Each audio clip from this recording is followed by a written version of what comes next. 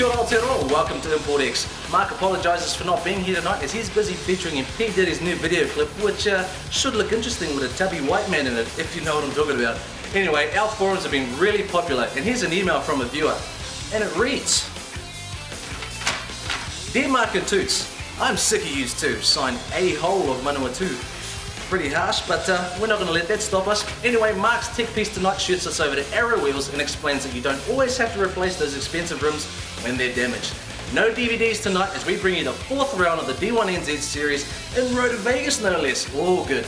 And we have a look at some more Trick My Rides, plus we check out what Gadget's up to in the initial X Project Trueno. So stick around for another half hour of hardcore Kiwi car porn right here on ImportX! Rotorua turned up the heat for round 4 of the D1NZ series. They closed off the street and made a drift track out of it. Here we go.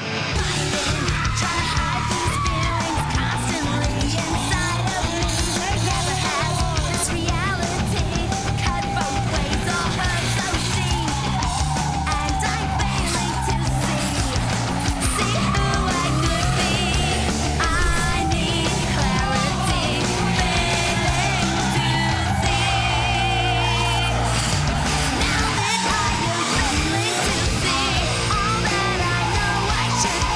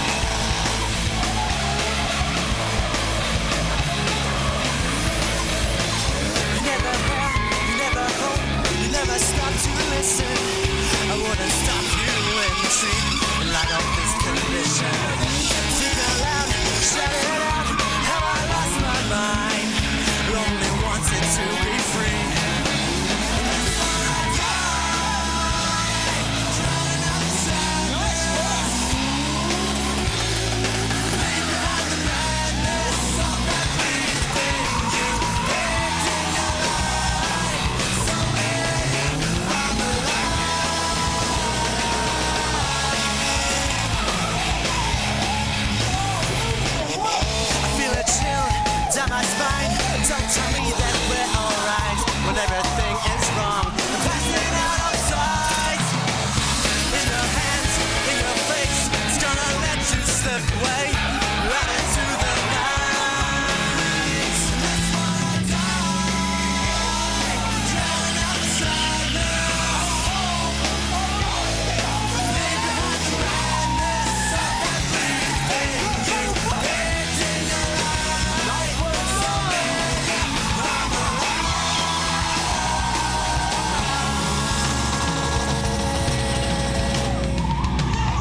it's a good lap. It's looking good. Come on, get up, Gadget.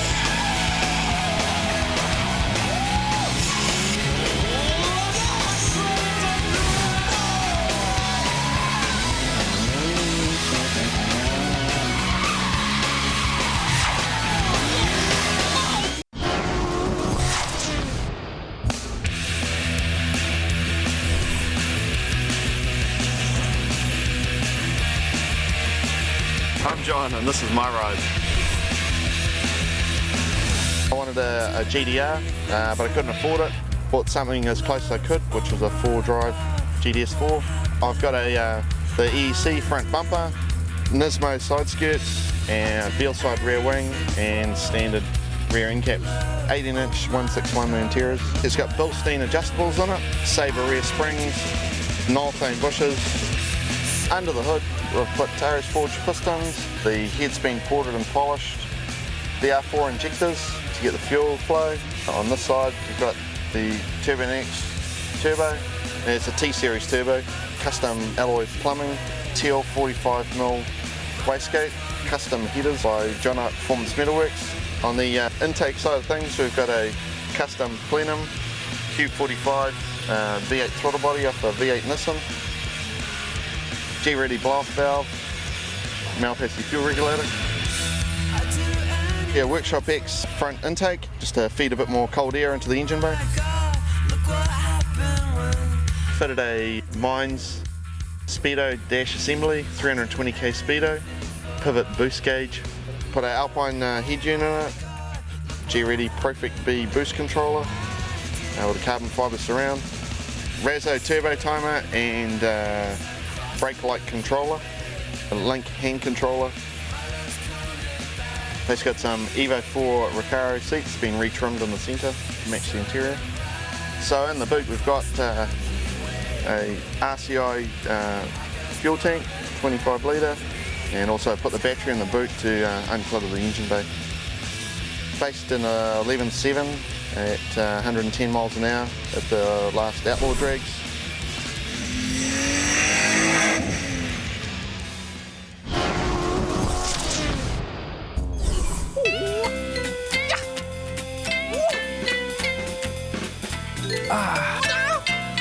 Gadget Project Initiates. This week we start at Spraytech Panel and Paint, where our Trueno's modified engine bay has a bit more prep work done and gets all prettied up with a new lick of paint.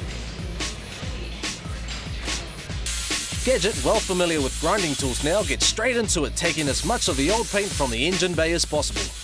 We've got pretty much all the engine bay back to bare metal by using the grinding disc. I have to sand it all by hand now, get in all the places that the grinder couldn't get. And I don't envy you one bit, Gadget. Our mate Mark from Spraytech bogs up some of the uneven surfaces and prep for paint. Because it's modified the firewall, people look at the firewall and they look to see how it's done. They try and look for a fault. And hey presto, a stunning new engine bay. Good on you, Mark. Back to boosted performance as the build continues. We have to make this into a manual because we're using the Toyota Hilux gearbox. On the manual flywheel, the bolt holes are closer together, so we have to get these holes slotted. Not much, only talking probably 2 or 3 mils per hole. It's off a 3SGE 2-litre twin cam motor, normally found on 1990 onwards Toyota MR2s and Toyota Sleekers. So we send the flywheel over to R&H Engineering to get it sorted. Meanwhile, back at Boosted, the running gear, including rear diff, is removed and sent away for rebuilding, as the stocker won't keep up to the new power plant. Can we fuck the camera? Gadget discovers a nasty surprise on the rear hatch. Thick bog over sandpaper, which is totally uncool. Gadget replaces it by welding up some new steel. The rear wheel arches needed some work too, so our talented Mr. Gadget sees to it, cutting out the rusted portions and replacing it with new steel pieces.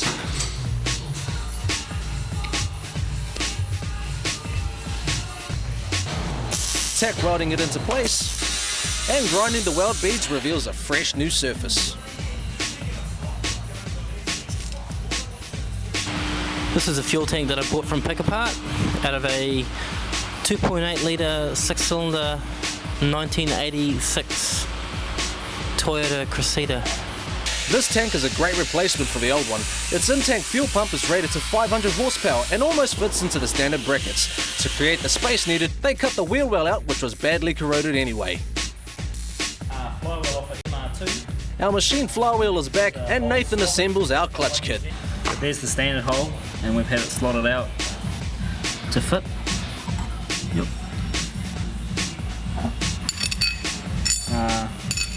Fitting it up with the new bolts, a bit longer.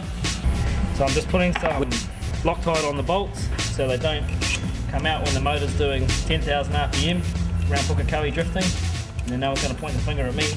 Just took the flywheel bolts up to, as you can see there, 80 Newton meters or about 60 foot-pounds.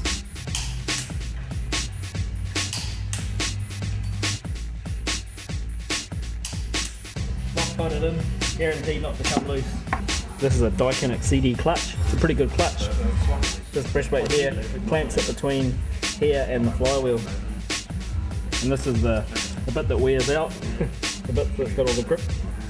So as you press your foot on the clutch, this goes in and out, but it's already pressing against these fingers, and it'll depress them, take the pressure off there, and allow the clutch plate to spin. And as you release your foot pedal, it'll release like that, and the fingers will clamp back down on the clutch plate, hence stopping it from spinning and creating drive through your gearbox and out the back wheels. And this spline is what transfers the drive from here through the spline and out the input shaft of the gearbox, and then out the output shaft through the drive shaft and onto the back wheels. And it helps to have your flywheel, every time you replace the clutch, to machine the flywheel, have a new surface on a brand new clutch, new surface on the pressure plate, and everything should be good, no shutters or anything like that. Brand new figure bearing, 6201, and we'll just give it a slight love tap. Like that.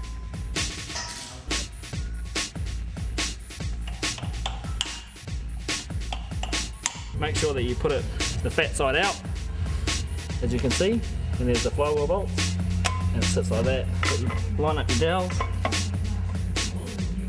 in the centre, there it is.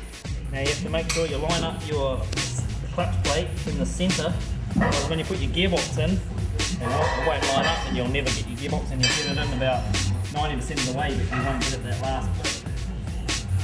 When the fingers are fully unclamped, they are 28 millimeters out, as you can see there. As I clamp it down, you watch these fingers, they'll start to flatten out. As you can see, the fingers are going in there. That's the clamping pressure of the pressure plate. It's only 16. There we are, talking the pressure plate bolts up to 40 Newton meters. There you go. Will the new clutch handle the V8 power, or will it get fried? To find out, join us next time on Gadget's Project Initial X.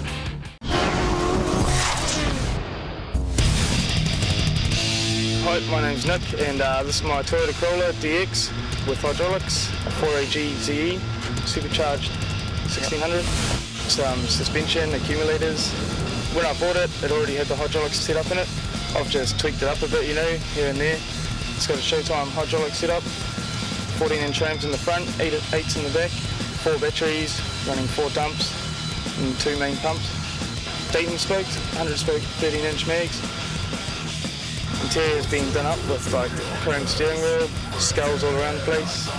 new carpet, and DVD player, TV screen. Just want to get out and roll with the boys.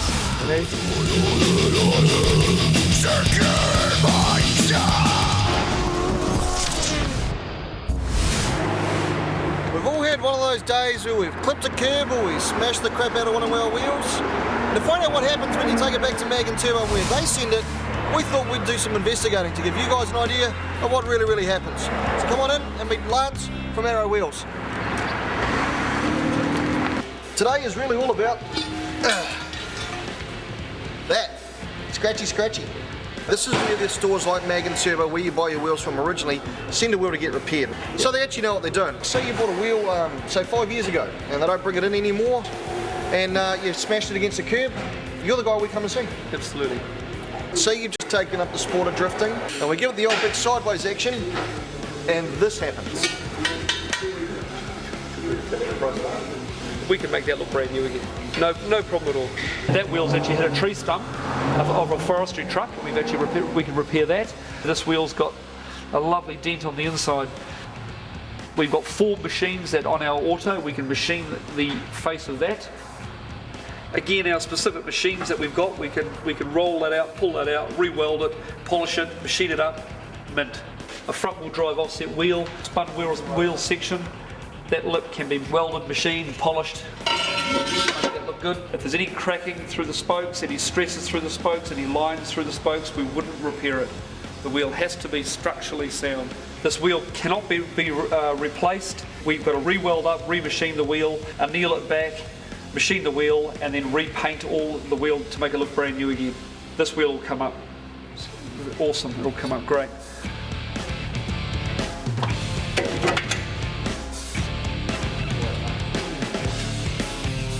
See, now, sorry to say that wheel is totally beyond repair.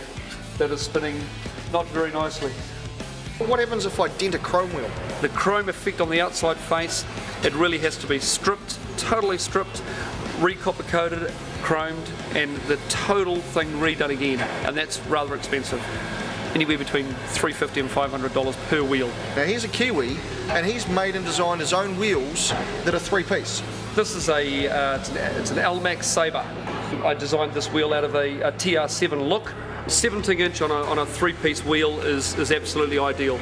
Anything higher than 17-inch, the tyre profiles these days are so low, it does a lot of damage. 3-piece wheels are lightweight, high performance, custom made to suit specific offsets on vehicles. That's where we come into it.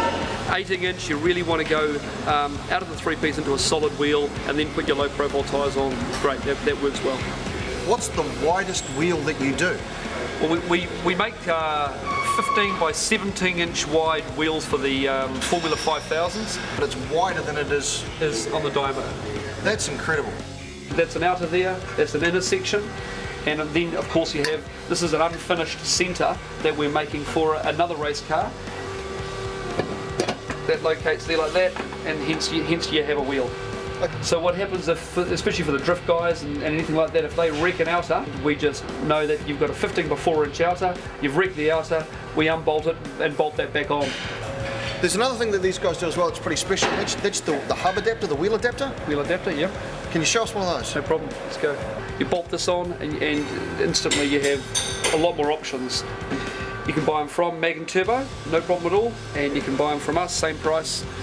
I can get myself a set of these, and then I get to choose from the entire range of the front wheel drive cars, and they'll fit onto my rear wheel drive car. No problem at all, certified and everything. This here is a bead-lock system.